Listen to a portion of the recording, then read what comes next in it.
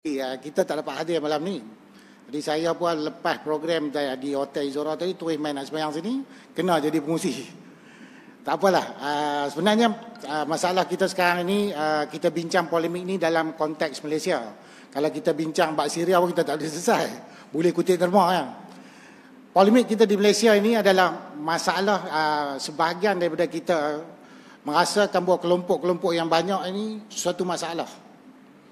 Itu polemik yang besar pada kita, macam disebut oleh tadi yang berhormat kita. Yang keduanya, setiap daripada kumpulan dia nak pakai dia punya pendapat. Dia kata boleh share tapi dia punya pendapat betul. Ini masalah kita yang besar pada polemik yang ada di Malaysia.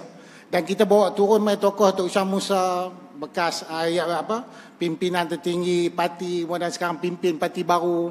Kemudian dia juga adun, pernah di parlimen, pernah hidup dalam masalah masyarakat, dan dia tahu polemik ini. Kita ada polemik itu di kalangan orang Islam. Kita ada lagi polemik orang Islam dan bukan Islam. Kita ada lagi polemik orang dalam negara dan bukan negara, bukan warga negara. Ini polemik yang berlaku di dalam negara kita. Dan kita juga ada orang undang, pakar undang kita ada sini. Dapat PhD balik London, tak share rugi ya. Kita kena share semua.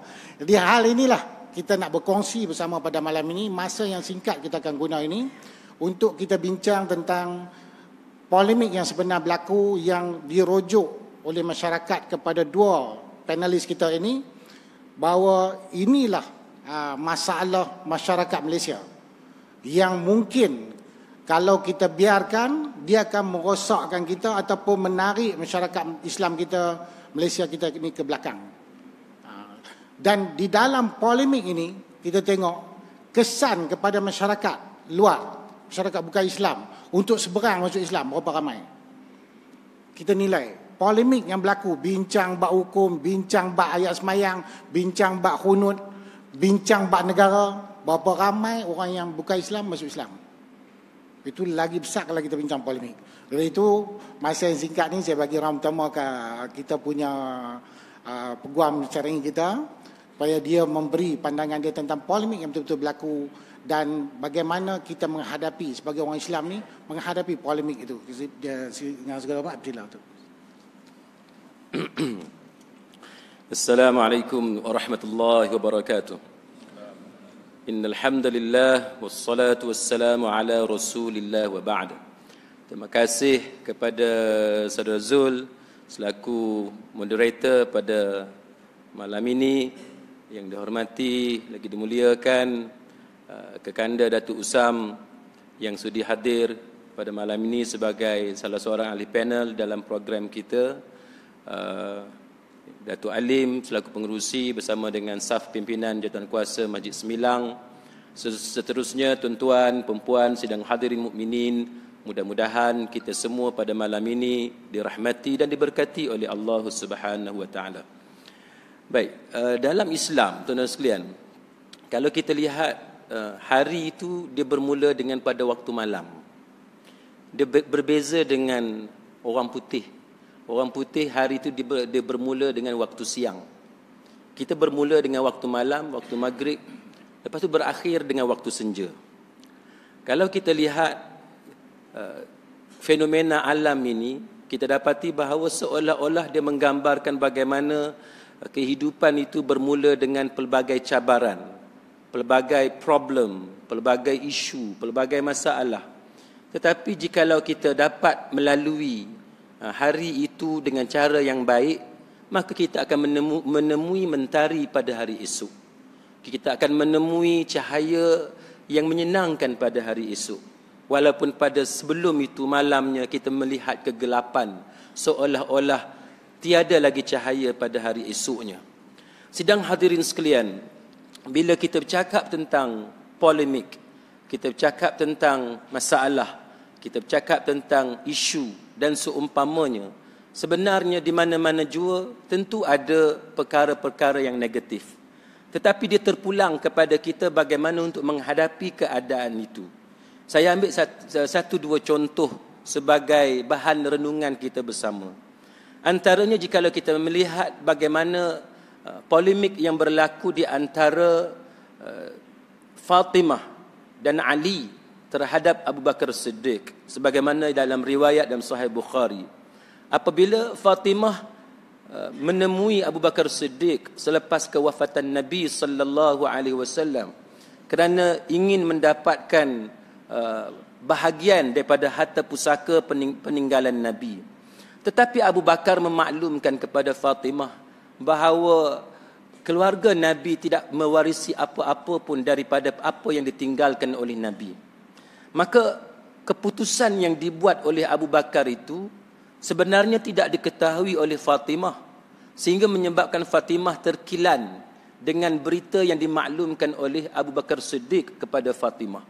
Sedangkan Fatimah mengetahui bahawa Abu Bakar seorang yang sangat dipercayai oleh Nabi sallallahu alaihi wasallam. Abu Bakar Siddiq satu orang yang sahabat yang paling utama, manusia yang paling utama selepas Nabi. Tetapi apabila Fatimah mendapat berita seperti itu, dia tidak boleh mengelak dirinya daripada sifat seorang manusia biasa yang tersinggung apabila mendengar berita berkenaan. Sehingga menyebabkan Fatimah, sehinggalah kewafatan Fatimah 6 bulan selepas itu, semuanya berjalan dalam keadaan hubungan yang dingin antara Fatimah dan Abu Bakar Siddiq.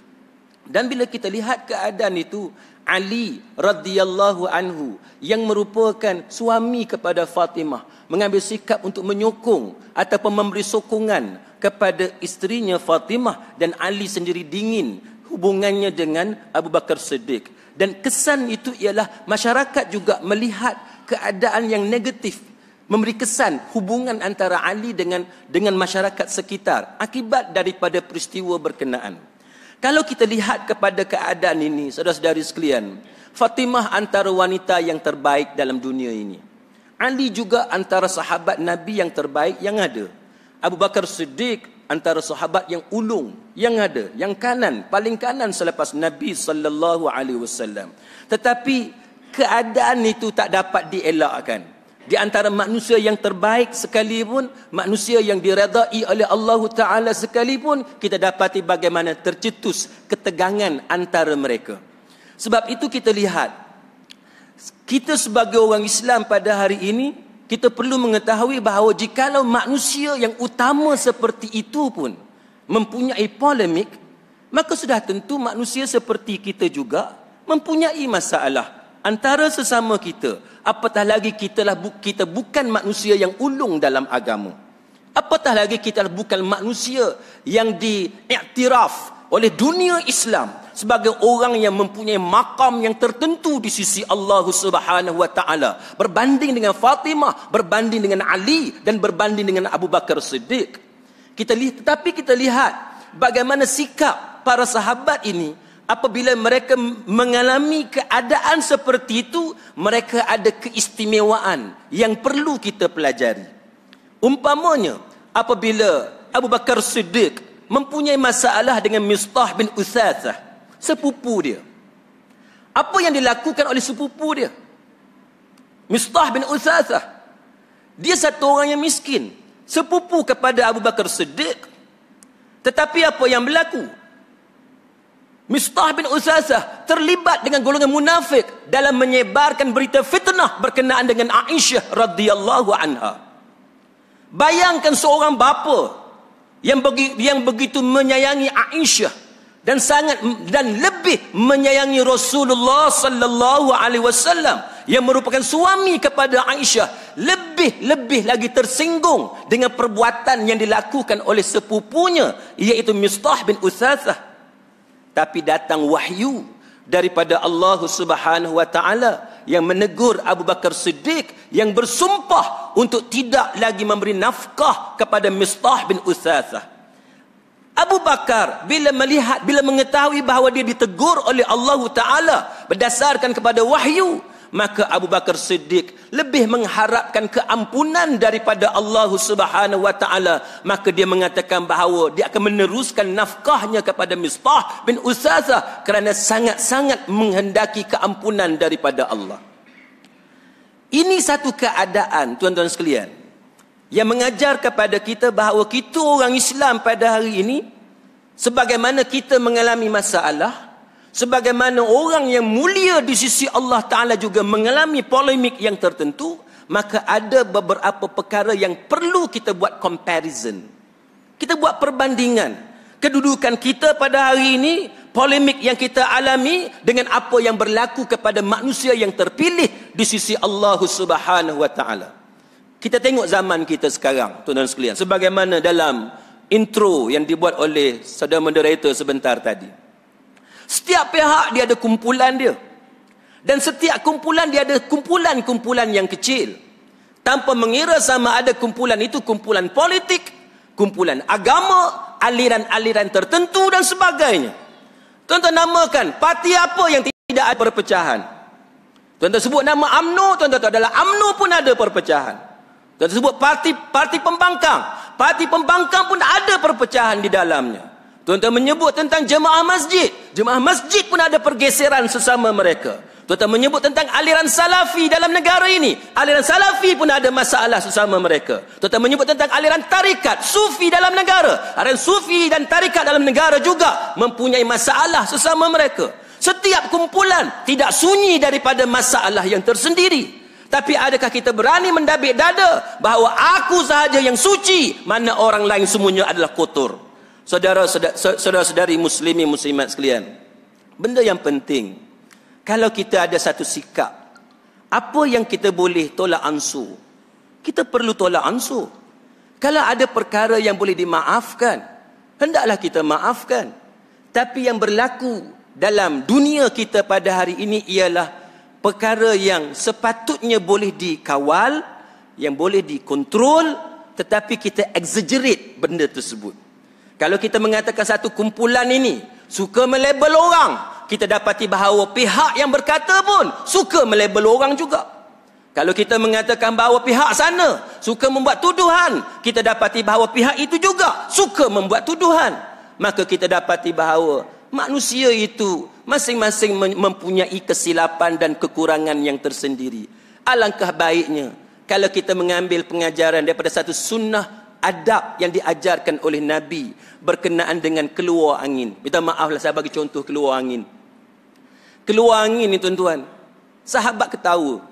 Bila ada hak keluar angin, hak lain ketawa, kan? Seorang keluar angin, seorang ketawa. Maka Nabi larang, janganlah kita duk ketawa benda yang sama yang berlaku pada kita. Dalam masjid kita ni, ada tak siapa yang boleh angkat tangan dia tak keluar angin? Ada tak? Tak ada. Semua orang keluar angin. Maka kita tak bolehlah nak dabik dada, kita nak ketawakan orang dan sebagainya. Maka begitulah dalam masalah kita orang Islam pada hari ini sebagai mukadimah pada pusingan yang pertama, seelok-eloknya kita kategorikan benda apa yang perlu kita pandang itu sebagai serius, perkara apa sebenarnya yang sebenarnya tak ada masalah pun, ataupun apa sebenarnya yang sebenarnya benda tu in common. Aku pun ada, engkau pun ada masalah yang sama. Dan yang kedua, sidang hadirin sekalian, kita dapati bahawa kita orang Islam ini akibat daripada pergeseran sesama kita lemah. Apabila pihak lawan, pihak musuh melihat orang Islam itu lemah, mereka ambil peluang untuk membuat serangan. Dan kita dapati bagaimana serangan ditujukan kepada tokoh-tokoh tertentu. Dalam keadaan kesilapan kita, sebahagian daripada kita sendiri yang memberi label kepada tokoh-tokoh berkenaan sebagai orang yang terlibat dengan pengganas, dengan keganasan dan sebagainya. Maka pihak yang tertentu mengambil peluang untuk membuat serangan seperti ini. Dan kita dapati bagaimana menyebabkan kita ini terkapai-kapai untuk memberi jawapan kepada tuduhan-tuduhan yang dilemparkan kepada tokoh-tokoh yang tertentu. Maka sebab itu sidang hadirin mukminin, itu secara ringkas apa yang berlaku kepada kita sekarang. Mudah-mudahan kita boleh berbincang lebih mendalam tentang hal ini. Wallahu a'lam. Terima kasih kepada doktor. Jadi doktor bagi pandangan tadi, kita tengok lebih pada penyelesaian. Tapi saya suka menarik yang awal tu. Doktor kata kita bermula dengan malam. Jadi sekarang ni saya nak bagi tahu dan nak minta Tok Hisham tengok. Ada satu contoh saya bagi, ada satu kes. Seorang ustaz dia mengajar. Kalau dia kata kita orang Islam ni kena pakai bulan Qamariah saja. Kalau pakai bulan Syamsiah haram. Kawan yang buat bendang bergaduh dengan orang pergi ke laut. Buat bendang kena pakai bulan Syamsiah. Nak tengok tarikh bila hujan turun bulan 12 kalau buat. Pakai hanyut lah benang. Yang orang pergi keluk kena tengok bulan penuh. Jadi polemik kita ni, adakah kita duduk di gelanggang yang sama? Ataupun polemik kita ni, kita duduk di gelanggang berbeza. Kita bercakap dalam perbezaan gelanggang. Menyebabkan kadang polemik kita tak selesai. Tak kira lah masalah politik kita ke, masalah hukum kawan ke. Adakah benar kita berpolemik dalam satu perbincangan, satu gelanggang yang sama? Ataupun kita diasing, kita duduk asing. Orang bincang pasal lain, kita bincang pasal lain.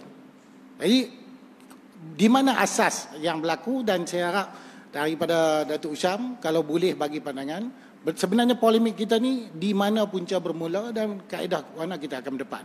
Dengan itu saya persilakan. Assalamualaikum warahmatullahi wabarakatuh. Bismillahirrahmanirrahim. Alhamdulillah. Wassalatu wassalamu ala Rasulillah. Yang berbahagia saudara pengerusi majlis yang dikasihi Fadil Ustaz, panel forum pada malam ini, Tarijan Kuasa Masjid, hadirin hadirat. Alhamdulillah saya dapat bersama pada malam ini di Pulau Pinang ini, dalam masjid. Saya sebenarnya tahu kena forum ni tengah hari tadi saya tengok WhatsApp. Jadi tajuk dia besar sangat, polemik umat Islam di Malaysia. Saya pun tak tahu apa polemik yang kita nak bincang. Jadi kita ada forum. Kalau tuan-tuan boleh beritahu saya apa polemik dia tu, mudahlah saya nak cerita. Kalau dok nak serkap macam ni, sampai siang esok saya rasa tak jumpa polemik, dan mungkin tak ada polemik pun ya. Jadi pertama saya setuju dengan ustaz kita, orang Islam kena terbuka. Bila kita ada polemik, ada masalah, ada isu, kita boleh bincang dengan tenang. Dan kita mendengar hujah satu sama lain. Dan saya setuju supaya kita tidak ada label-melabel. Fitnah memfitnah. Dan bila kita berpolemik, kita meletakkan kemenangan kumpulan kita, bukan kebenaran. Ya. Yang kita cari dalam hidup ni adalah kebenaran. Dan kebenaran itu mungkin ada pada kita, atau mungkin ada pada musuh atau lawan kita. Dan mungkin hari ini kita merasa kita benar, tapi selepas pergiliran masa, kita rasa apa yang dulu kita rasa benar adalah sebaliknya. Dalam masalah polemik ni, yang diutamakan oleh Islam adalah mengikat fikiran ataupun minda. Kita boleh berbeza pandangan kerana fitrah manusia. Tetapi walaupun kita boleh berbeza pandangan, janganlah kerana kita berbeza pandangan kita berpecah belah. Warabatna ala qulubihim izqamu, ya. Hati-hati mereka diikat. Hati siapa diikat dalam ayat ni adalah hati budak-budak muda yang dipanggil sebagai Ashabul Kahfi. Mereka ni duduk tidur dalam gua, dah tidur dah, bangun balik. Ustaz kita kata malam, hari mula dengan malam. Jadi malam ni bukan semua masalah. Bukan kegelapan tu berarti masalah. Ya. Malam juga adalah kerehatan. Saya masuk gelap, saya seronok. Pasal nak boleh tidur dah. Ya.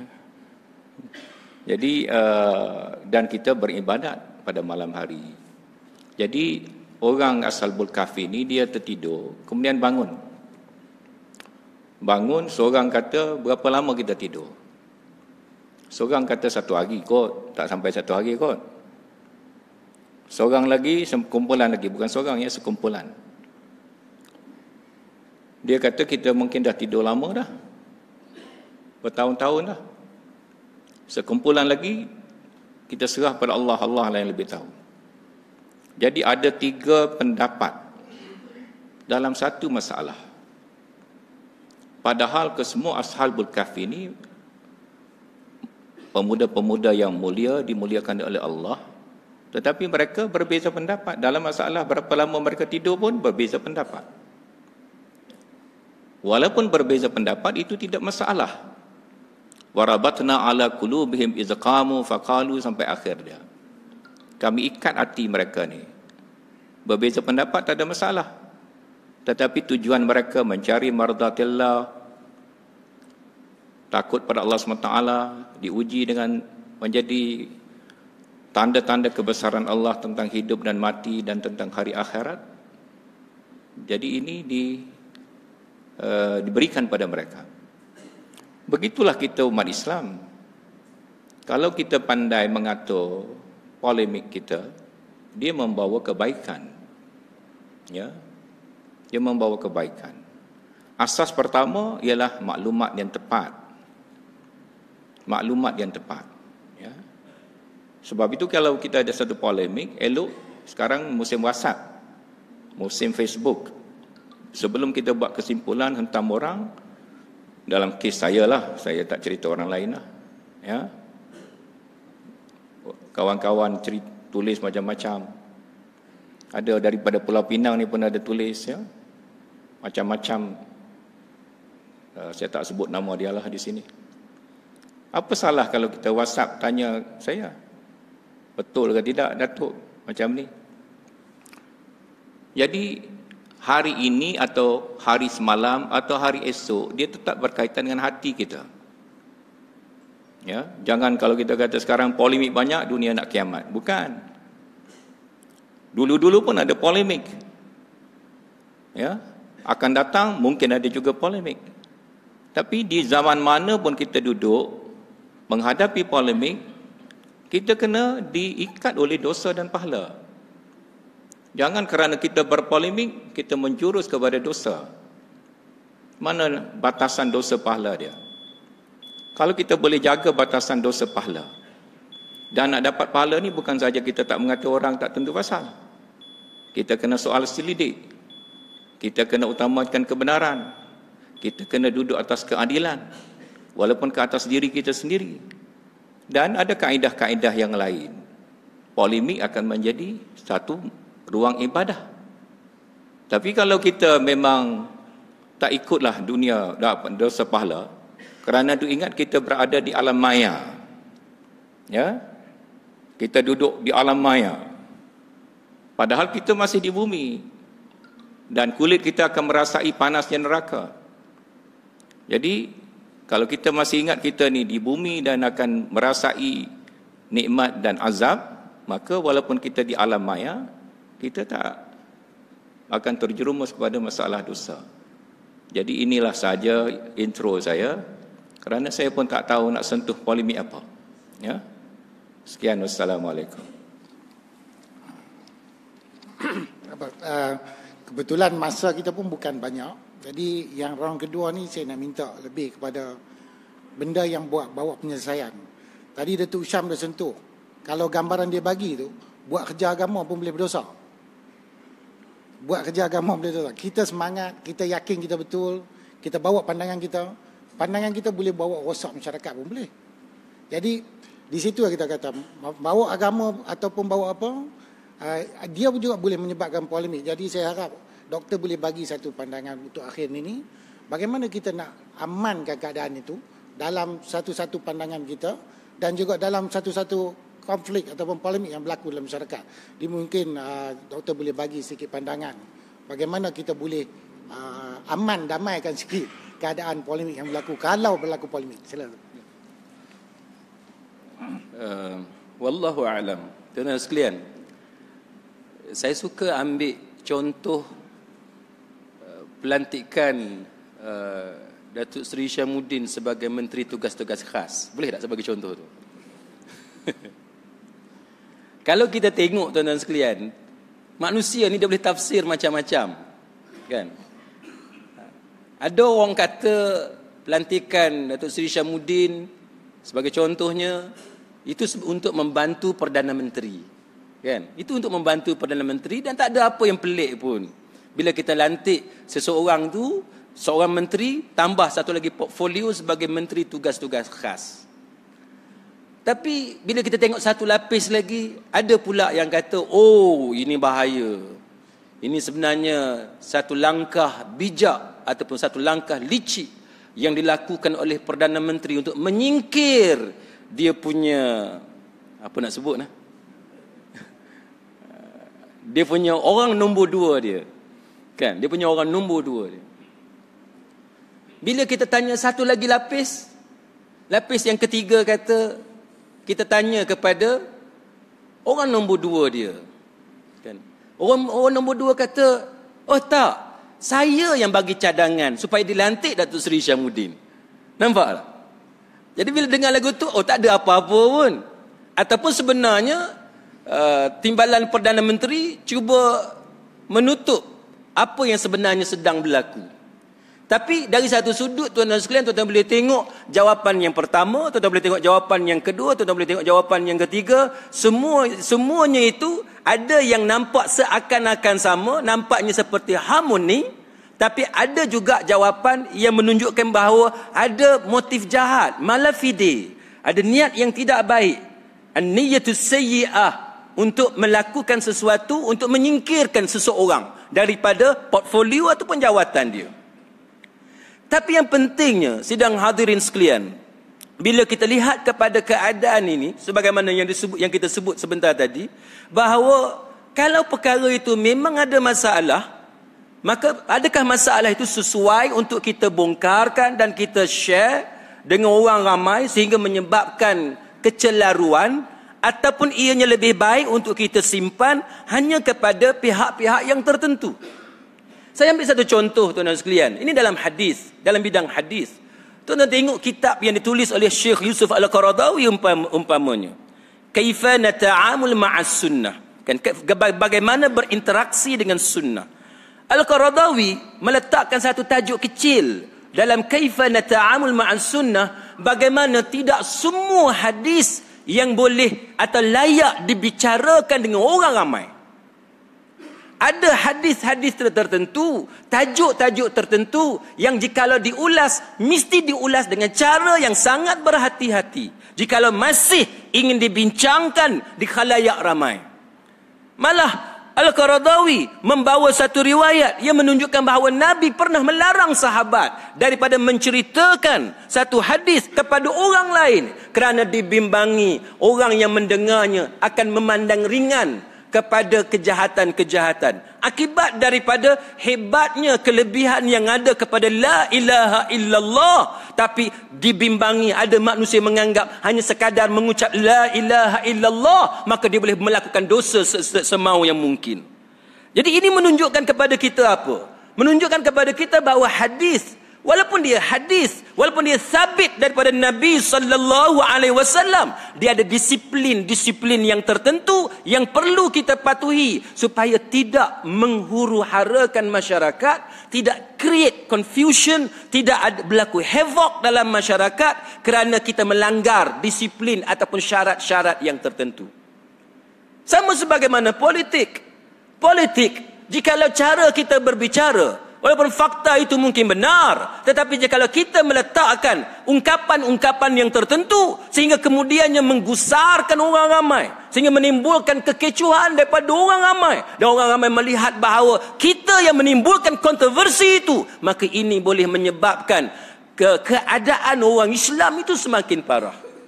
Sebab itu saya suka, sidang hadirin sekalian, bahawa setiap isu yang kita sebut itu kalau boleh dilakukan secara harmoni, dilakukan secara harmoni. Tak apalah, saya sebut satu dua contoh. Sidang hadirin sekalian, umpamanya bila kita menuduh satu-satu pihak tertentu dengan angka 90 juta sebagai contoh. Bila kita kata 90 juta, al-bayyina 'ala al-mudda'i wal yamin 'ala man ankara. A person is innocent until proven guilty. Kita tengok undang-undang syariah, kita tengok undang-undang sivil, itu keadaan dia. Burden of proof atas orang yang pihak yang mendakwa. Pada waktu yang sama, pihak yang menafikan dia ada dua pilihan. Sama ada dia ingin menyaman orang yang membuat dakwaan berkenaan, ataupun dia ingin memaafkan orang yang membuat dakwaan. Saya ambil satu contoh. Katalah saya melihat ke anda, saya Datuk Usam, sebagai orang yang baik, kan? Cuma mungkin dalam beberapa perkara ada benda yang saya tak berpuas hati dengan dia. Sebagaimana Fatimah, sebagaimana Ali tidak berpuas hati dengan Abu Bakar Siddiq, sebagaimana Abu Bakar tidak berpuas hati dengan Mistah bin Utsasah dan sebagainya. Adakah jikalau saya mendiamkan diri, memaafkan seseorang tokoh umpamanya yang saya masih menghormati dia, maka saya dianggap sebagai bersalah kerana berdiam dan tidak bertindak balas di atas tuduhan-tuduhan yang dikenakan? Adakah tidak memadai dengan hanya menafikan apa yang dituduh itu, ataupun masih lagi perlukan kepada perbalahan-perbalahan yang kemudiannya boleh menegangkan hubungan, yang kemudian menyebabkan setiap pihak menimbulkan engkau pernah melakukan ini, yang orang ni pula kata oh, engkau pernah melakukan ini. Akhirnya setiap pihak membuka aib masing-masing, sedangkan kita masih mampu lagi untuk menutup keaiban setiap pihak. Tidak ada manusia dalam dunia ini yang maksum, yang tidak ada keaiban. Setiap pihak ada keaiban. Cuma bagaimana kita menangani isu-isu yang seperti ini. Sama sebagaimana dalam masalah RUU 355. Saya sendiri tak bersetuju dengan segelintir, bukan semua, dengan segelintir ustaz-ustaz yang menyokong RUU 355. Duk sebut kata nak tanam kat jiran, ni pun problem juga. Kan? Mana boleh kita menyebut ungkapan yang macam tu dengan cara yang macam tu. Dan saya sendiri mengharapkan bahawa orang yang mengeluarkan ungkapan yang boleh memberi kegelisahan kepada orang ramai dengan seolah-olah bahawa semua orang yang tidak bersetuju dengan RUU 355 sebagai terbatal akidah, ini satu benda yang sangat bahaya, yang perlu dikawal. Tapi bila tidak ada kawalan, maka itu yang menyebabkan perbalahan. Sebab tu saya mengatakan bahawa orang yang ingin bercakap, dia kena ada disiplin dia. Orang yang nak bercakap tentang undang-undang RUU 355, dia kena well versed dalam disiplin itu. Orang yang nak bercakap tentang hadis, dia kena well versed dalam bidang itu. Kalau satu orang dia tidak well versed, bukan kata tak boleh bercakap, boleh bercakap, tapi bercakaplah pada kadar kemampuan kamu. Setiap orang Islam berhak bercakap tentang agama dia, tapi jangan melampaui kemampuan dia. Maksud saya macam ni, adakah sebab saya ataupun tuan-tuan bukan pakar dalam bidang tafsir, maka tuan-tuan tak boleh bercakap tentang tafsir? Boleh, tapi bercakaplah pada kadar kemampuan masing-masing. Kan? Jangan kita berlagak seolah-olah kita benar-benar mahir dalam bidang berkenaan.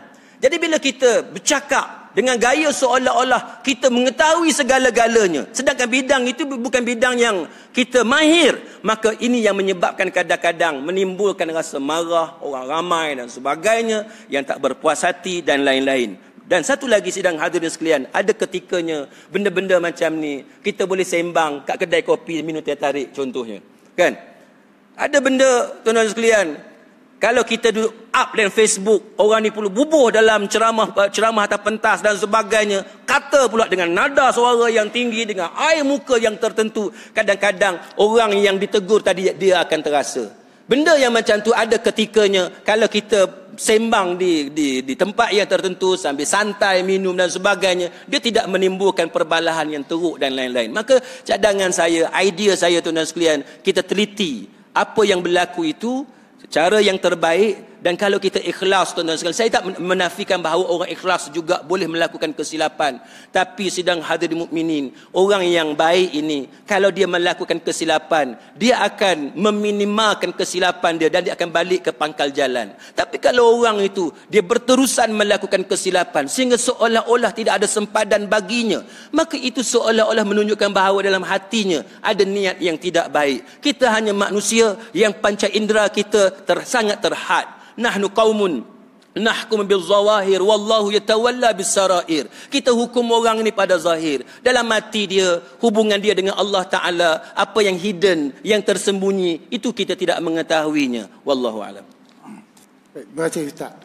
Tengok semua cerah mata, tengok tinggal 55. Saya ingin menarik satu perhatian. Di Pulau Pinang ni ada lebih kurang 18 buah NGO yang bergerak berdakwah kepada non-Muslim. Purata di Pulau Pinang ni masuk Islam lebih kurang 300 orang setahun di Pulau Pinang ni. Dan yang buat kerja ni banyak dia bukan asal Islam. Dia pun ni orang yang menyertai masuk Islam, baru masuk Islam dan mereka berdakwah. Dan setiap bulan ni saya terlibat dengan tu, persatuan ikut Pulau Pinang. Bila saya turun Padang sekali kan, bila kita nak ajak orang masuk Islam, dia mula-mula dia potong orang yang bukan Islam ni. Dia kata apa, mau cerita hudud ah. Oh, ni saya Ustaz kata 355. Itu saya kata tak, saya nak cerita besar pada hudud lagi. Orang yang buat hudud tu nama Allah. Bolehlah kita potong situ. Jadi polemik kita ni, adakah kita membawa dia kepada satu matlamat yang besar ataupun kita bawa dia lebih berpecah. Tapi itulah yang penting pada kita. Kalau macam Datuk Usyam ni, kita tahu bahawa dia pun sibuk ni, sekejap lagi nak kena pergi ceramah pula. Timbul satu polemik baru pula. Tapi bagaimana kita nak bagi pandangan supaya masyarakat ini boleh menerima pendapat orang dan mengkaji pendapat orang, dan kalau dia tolak pun bukan buang orang tu, buang sedikit pandangan saja. Itu lebih penting pada kita. Jadi bagaimana keadaan yang boleh kita berdepan dengan masyarakat ini supaya mereka boleh terima pendapat-pendapat yang beza itu. Terima kasih Saudara Pengerusi. Kalau kita tengok Al-Fadhil Ustaz Jailani bercakap tadi, saya rasa banyak benda boleh selesai. Saya sebahagian besar pendapat dia tu saya boleh bersetuju ya.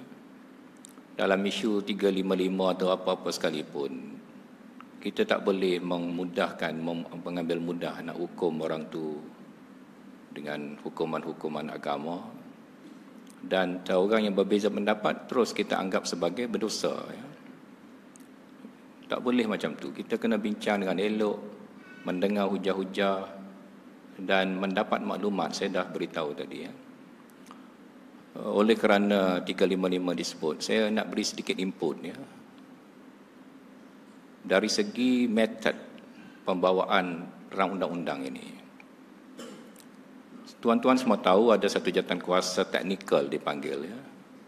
Jawatankuasa teknikal di antara negeri Kelantan dan Kerajaan Persekutuan. Jawatankuasa teknikal ni bermesyuarat berapa kali, dan terakhir saya ingat Disember 2014. Itu kali terakhir, dan selepas itu belum ada mesyuarat jawatankuasa ini. Saya difahamkan dalam mesyuarat jawatankuasa teknikal yang terakhir itu diputuskan 355 ini yang telah dirangka oleh Jabatan Peguam Negara bahagian syariah ya, untuk tujuan-tujuan meningkatkan kuasa mahkamah syariah, kedudukan mahkamah syariah. Dalam mesyuarat bersama jawatankuasa teknikal ini bersetuju dua perkara.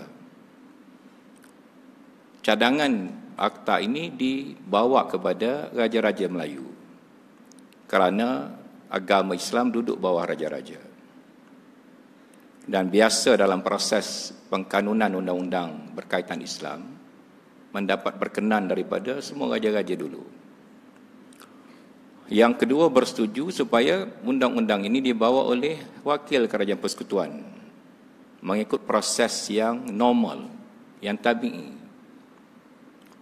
Tidak dibawa oleh pihak-pihak lain yang nanti akan mengundang polemik, mengundang tafsiran, persepsi yang berbagai-bagai, buka mata kebimbangan orang. Dan ini juga yang dipersetujui pada masa itu saya masih naib Presiden PAS ya. Dalam Jawatankuasa PAS Pusat pun setuju dengan recommendation ini. Kemudian berlakulah apa yang telah berlaku, saya tidak panjangkan dalam masjid ini. Tapi saya hanya menukilkan perkara ini supaya semua kita boleh berlaku adil. Apakah yang kita polemikkan? Kita polemikkan isi kandungan pindaankah? Kita polemik cara rang undang-undang dibawakah? Kita polemikkan objektif rang undang-undang dibawakah? Pada pendapat saya, kita semua orang Islam yang menjunjung hukum Allah SWT, yang kasih pada hukum dia, kerana itulah kita berjuang dalam parti Islam, ialah untuk melihat ia direalisasikan, bukan disensasikan. Saya tak kata orang berkenaan tu nak sensasikan ya. Tetapi objektif utama untuk perkara ini diluluskan. Dari segi hikmah kebijaksanaan, apakah cara yang paling sesuai supaya perkara ini diluluskan dengan tenang, dengan baik, dengan tenteram, dengan tidak menimbulkan apa-apa polemik. perkara ini terbuka kepada perbahasan, kepada pandangan, kepada input-input. Kemudian berkaitan dengan isu 1MDB, ya. Saya seronok bila Al-Fadhil Ustaz kita sebut perkara ini. Kerana ini pun sebahagian tugas kita orang Islam. Dari segi berkerajaan, bernegara, governance. Ya. Proceeding governance, prosedur tata cara governance berbeza daripada proceeding mahkamah. Tak sama. Dalam governance, seperti kita dengar Sayyidina Umar Al-Khattab pada masa dia jadi Amirul Mukminin, ditegur oleh satu orang berkenaan dengan pakaian dia. Daripada mana kain pakaian dia ekstra itu dapat diperolehi. Ini berkaitan dengan dua perkara. Transparansi, itu tunjang governance dalam Islam. Transparency, telus. Dan accountability, mas'uliyah, yang menjadi tunggak kepada kerajaan Tok Guru Nik Aziz. Ya, itqan, ubudiyah, itqan dan mas'uliyah. Answerable, accountable. Kerajaan kena answerable melalui parlimen baik, melalui Dewan Undangan Negeri baik, melalui peluang-peluang berdialog ataupun berforum ataupun pertanyaan-pertanyaan. Bahkan dalam ceramah pun kita boleh tanyakan. Kalau dia dalam bentuk pertanyaan, atau kita boleh kemukakan. Hari ini saudara baca surat khabar dan akan difailkan besok di Bursa Saham London. 1MDB telah mencapai persetujuan bayar ekstra kepada IPIC 1.5 bilion Amerika yang melibatkan wang rakyat termasuk orang Islam. Ini tanggungjawab kita. Ini isu accountability kerajaan. Isu ketelusan kerajaan. Dan kalau kita nak berasaskan kepada fakta-fakta, perkara ini telah disebut dalam laporan PAC. Saya nak tanya daripada kita ni, berapa orang pensyarah-pensyarah pengkuliah agama yang baca laporan PAC? Saya tak perlu tuan-tuan angkat tangan di sini, ya. Ini kewajipan kita umat Islam. Jangan kita orang Islam ni hanya dilihat champion perkara-perkara ritual, perkara mazhab, perkara fiqhiyah, perkara ikhtilaf. Tetapi dalam isu governance, kita tidak memberi penyuluhan, suluhan agama, suluhan syariah. Kita tak tahu pun apa laporan PAC kata. Laporan PAC kata dua perkara ini telah disebut dalam laporan PAC. Pertama, sejumlah 700 juta dolar Amerika dimasukkan ke dalam akaun Good Star yang dimiliki oleh satu orang Pulau Pinang. Ini tuan-tuan semua orang Pulau Pinang, saya orang Kelantan. Tuan-tuan dah ziarah ke keluarga Jolo? Bukan kita nak kacau dia. Kita nak tanya bapa dia, mana anak dia, macam mana nak bawa anak dia balik, supaya anak dia boleh jelaskan ke mana dia belanjakan wang itu. 700 juta kali 4, 2.8 bilion. Dekat Kelantan ramai lagi orang miskin, orang Islam, yang duduk dalam gubuk buruk. 2-3 hari lepas saya pergi ziarah. Bukan satu keluarga. Ya. Kalau duit 2.8 bilion tu dipulang pada negara kita, kita boleh bagi pada orang miskin. Ini tanggungjawab kita. Nabi kata, laisa minna, siapa tidur dalam kenyang, jiran dia tidur dalam lapar. Berapa ramai lagi rakyat kita tidur dalam lapar? Tak cukup belanja. Ini isu berkerajaan secara Islam. Ini kewajipan kita. Kita kena ambil berat hal ini. Laporan PAC yang kedua adalah pembayaran 1 bilion kepada satu syarikat, anak syarikat IPIC yang salah bayar. Nama sama tapi syarikat satu palsu, satu tulen. Dibayar pada yang palsu, 1 bilion Amerika. Kerana itulah IPIC ini pergi ke mahkamah, ke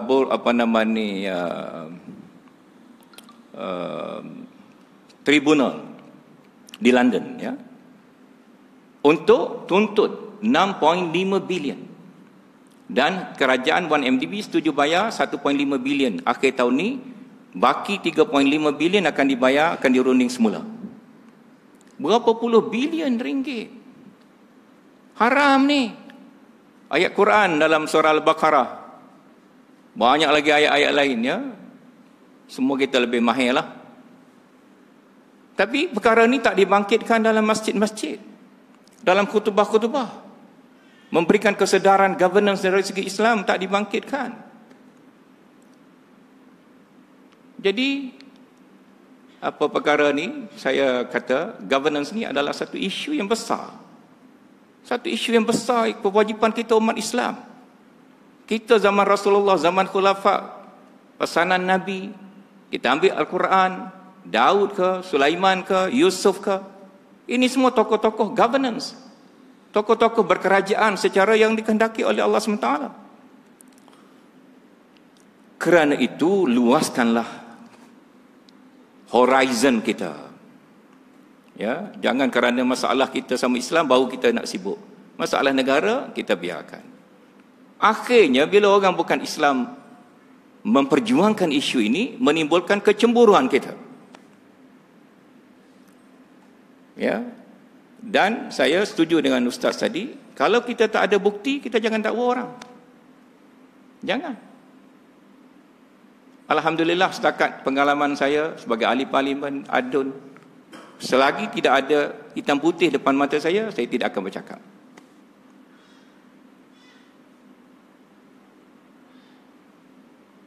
Ya. Tapi isu ni isu besar. Jangan kerana kita terpalit dengan apa-apa cara, kita mendiamkan diri daripada permasalahan ini. Kerana akhirnya negara akan runtuh. Negara runtuh ni telah berlaku dalam sejarah dan boleh runtuh sekelip mata. Jepun datang 1941, sekelip mata 6 hari seluruh semenanjung di bawah Jepun. Syria yang berlaku hari ini. Kalau saudara pergi, saya alhamdulillah ada pengalaman sikit. Masih lagi hari-hari saya terima WhatsApp dari anak-anak angkat saya di sana. Adik dia terbunuh syahid, orang ni syahid, orang tu syahid. Kalau kita tengok dari segi susur galur politik, ialah kerana apabila Perancis menakluk Syria, orang-orang Sunni tidak nak masuk tentera. Tuan-tuan bacalah sejarah. Kerana sibuk dengan belajar agama, sibuk dengan berniaga, masuk tentera tak nak, gaji kecil. Akhirnya orang-orang Alawiyin yang tidak bersekolah masuk tentera. Kerana sekolah tak ada, berniaga tak reti, belajar tak pandai, gaji tak ada, duit tak ada, masuk jadi tentera, dapat gaji di bawah tentera Perancis. Orang Sunni pada masa itu sebahagian mengeluarkan pandangan bahawa terlibat dengan tentera di bawah kerajaan Perancis yang menakluki Syria adalah haram. Tak boleh masuk. Kalau tidak, join tentera bersyubhat dengan Perancis. Bila tentera ni dikuasai oleh Alawiyin, saudara bacalah. Ya, carilah buku-buku apa yang telah saya sebutkan ini. Tahun 74, bila Hafiz Asad rampas kuasa, seluruh senjata duduk di tangan Alawiyin. Dan alhamdulillah ulama-ulama kita satu masa dulu, termasuk yang terakhir Syahid Al-Buti, dia cuba mediate, cuba tenangkan pertentangan itu. Kerana kata Al-Buti, Alawiyin ni dia Syiah, tetapi Syiah bukan yang propagate the Syi'i. Dia hanya beriman dengan Syiah dia saja. Dia tak kacau orang selagi orang tak kacau dia. Jadi sementara kita tunggu, kita jangan berperang dengan dia. Ya, itu pandangan Al-Buti. Kalau kita nak lihat dari segi polemik, adanya pro and con satu-satu polemik. Tapi pandangan ini ditolak. Al-Buti, kita tak tahu siapa yang bunuh dia. Lepas Al-Buti mati, serangan berlaku, kiri kanan, habis orang Sunni dibunuh. Dan kita tak boleh buat apa, kita tengok saja. Kita tak hantar duit pun. Hari ini kita kutip berderma untuk Gaza.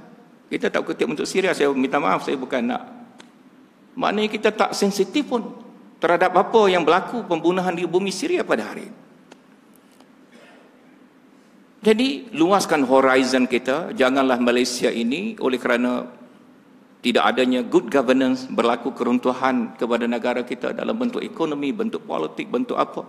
Fikir. Jangan kita dipecah belahkan oleh isu-isu yang tidak penting dengan tertinggal kewajipan kita yang lebih penting. Ya, jangan main parti sangat. Tengok pada kewajipan agama kita pada negara ni. Tak boleh taksub pada parti sangat. Parti amanah ke, parti apa ke, jangan. Ya. Jadi saya minta uzur kerana saya kena ceramah sekejap lagi. Kita boleh jumpa lagi. Kalau buat luar masjid lebih baik, ya. Bukan kata tak baik buat dalam masjid, ya. Tapi kadang-kadang kita orang Melayu ni ada rasa segan sikit, ya. Dalam masjid kita tak boleh cakap tak tentu hala. Tapi saya nak ingatkan pengkuliah-pengkuliah. Dalam masjid, jangan kita hentam orang secara politik. Jangan kerana atas lesen, masjid tu boleh politik, maka kita hentam orang. Ya. Kalau nak hentam orang secara politik, buat kat luar. Pentas, hentam dia. Ya. Jangan ganggu kemuliaan masjid dengan perkara-perkara peribadi kita yang kita marah, amarah dengan orang lain. Kita ambil kesempatan, orang tu tak ada depan tu. Ya, kita pun sedap balun. Ya, saya bukan kata siapa-siapa di sini, ya. Ini pengalaman saya di Kelantan, ya. Di Kelantan saya sendiri kena. Masjid saya kampung kota. Saya beranak di situ, besar di situ. Saya ahli jemaah di situ. Datang satu orang ustaz, hentam saya di masjid tu. Rumah saya dengan masjid 100 meter, 200 meter saja. Datang rumah saya, hentam depan saya lah. Jadi anak jantan lah. Tapi saya diberi peluang oleh jawatan kuasa masjid, saya tak guna. Saya tak guna mikrofon masjid untuk jawab balik ustaz. Dia akan jawab dengan Allah SWT. Ingat-ingat, bukan dalam masjid ni semua kita kata tu pahala belaka. Tak. Ingat-ingat. Berhati-hati. Cubalah bertakwa. Semua daripada kita ni bertakwa. InsyaAllah aman. Ustaz kena bertakwa lebih daripada bukan ustaz. Pengkuliah kena bertakwa lebih daripada pendengar. Ittaqallah. Takut pada Allah. Selamat insya-Allah. Jadi pengerusi saya rasa di sini saja dulu. Kalau lain kali kita letak topik yang lebih kemas, lebih jelas. Jadi saya datang sini bukan nak timbul polemik dengan tuan-tuan. Saya tetamu tuan-tuan, makan pun tak lagi. Ya, saya dah jamak semayang. Jadi nak bergaduh dalam masjid ni tak berapa eloklah, ya. Jadi malam ni nak ceramah dengan Tun Mahathir. Jadi satu orang hantar pada saya satu hadis dipetik daripada Fadail Amal. Dia kata Mahathir ni Firaun. Macam mana boleh rapat dengan dia? Mengikut hadis tu, bila rapat dengan orang yang zalim, maka kita ni akan lama-lama keras hati jadi orang zalim. Ini semua kerana kita tak tahu nak meletakkan hadis macam ustaz kita kata tadi. Firaun apa? Dia ada pencen dah. Mana ada Firaun lagi? Mana saya tak dengar ada Firaun pencen, ya? Dalam sejarah saya duk baca-baca tak ada. Firaun mati ya, dia tak ada pencen. Ya? Yang pegang kuasa sekarang orang lain. Dan saya pergi rumah Tun Mahathir acap kali. 15 minit sebelum maghrib akan automatik Quran terbuka dekat rumah dia. Jadi dia baca Quran, dia solat, dia berpuasa, dia memperjuangkan menentang kemungkaran dengan cara-cara dia. Walaupun ada perkara-perkara lain macam Ustaz kata tadi, tiap-tiap orang ada kelemahan diri masing-masing. Tetapi apakah agenda utama yang kita ada pada hari ini? Oleh kerana itu, saya mengambil pendekatan Rasulullah SAW dalam masalah hilful fudul. Hilful fudul sebelum Nabi jadi Rasul. Hilful fudul hanya satu isu, iaitu satu orang Quraisy ambil duit barang dagangan orang datang ke Mekah, dia tak bayar balik duit tu. Maka orang tu pergi minta dengan dia marah dengan kawan tu pasal dia orang Quraisy, orang ni orang kaum biasa. Lalu orang ni duduk atas bukit Jabal Qubais, dia melaungkan. Dia kata, tak adakah orang Quraisy seorang yang boleh tolong aku, menegakkan hak aku. Perkara ini sampai kepada pemimpin-pemimpin Mekah, maka mereka mencadangkan hilful fudul. Rasulullah SAW ikut dalam masalah satu orang lawan satu orang. Kita ni satu kerajaan, satu pemimpin, satu isu negara. Saya tak nak panjangkan benda ini. Aku qauli hadza wa astaghfirullahalazim li wa lakum. Assalamualaikum warahmatullahi wabarakatuh. Baik, terima kasih kepada dua-dua ahli panel kita dan pada tuan-tuan masjid yang telah beri ruang pada malam ini. Dan saya yakin bahawa semua kita yang hadir ini mempunyai satu cita-cita untuk menyatukan orang Islam, supaya tidak ada perpecahan yang buat kita bergaduh sama kita atas peribadi. Tapi biarlah kita beza pendapat tu untuk mencari kebaikan untuk masyarakat kita juga. Dan yang penting pada kita, polemik kita sekarang ni adalah, benarkah kita ini beramanah? Sebab inilah yang dibincang di luar daripada masyarakat orang Melayu. Adakah orang Melayu ni kalau diberi kuasa dia beramanah? Kalau diberi satu tanggungjawab dia boleh tunaikan tanggungjawab tadi? Inilah polemik yang besar pada kita. Kita kena ambil Islam sebagai kekuatan kita untuk kita pastikan bahawa masyarakat luar percaya bahawa orang Islam ni kalau diberi kuasa dia menunaikan amanah tadi, sehinggalah tidak ada orang yang boleh mengatakan bahawa dia pecah amanah. Ini yang penting pada kita. Jadi kita semua kena bangkit dan menyelamatkan keadaan ini, supaya polemik kita yang besar ini adalah bersekitaran kita, di kalangan masyarakat kita, berkait dengan hubungan kita beramanah atau tidak kita dengan tanggungjawab dan masyarakat kita. Gitulah saya harap bahawa majlis ini dapat mencari titik-titik pertemuan ini, mencantumkan balik hati-hati kita supaya kita menjadi umat Islam yang satu, supaya kita boleh mengajak masyarakat lain dan kita berdepan dengan Allah SWT besok bahawa kita telah menunaikan tanggungjawab kita sebagai orang Islam dan menjaga masyarakat kita, ahli keluarga kita dan seluruh negara kita ini supaya menjadi sebuah negara yang baik dan diredai oleh Allah SWT. Sekian wabillahi taufiq wal hidayah. Assalamualaikum warahmatullahi taala wabarakatuh. Minta maaf. Dah jam mana? Bisa terbalik Kak? Bagi nombor. Boleh. Ayam siapa dia? Satu ni Al-Maraf. Jabal Maraf. Dia pergi sekali anak Ustaz. Ada dari kita kan? Kita wajib. Sistem ke rumah. Sekarang alhamdulillah Ustaz ada bakat asas dia. Boleh lah.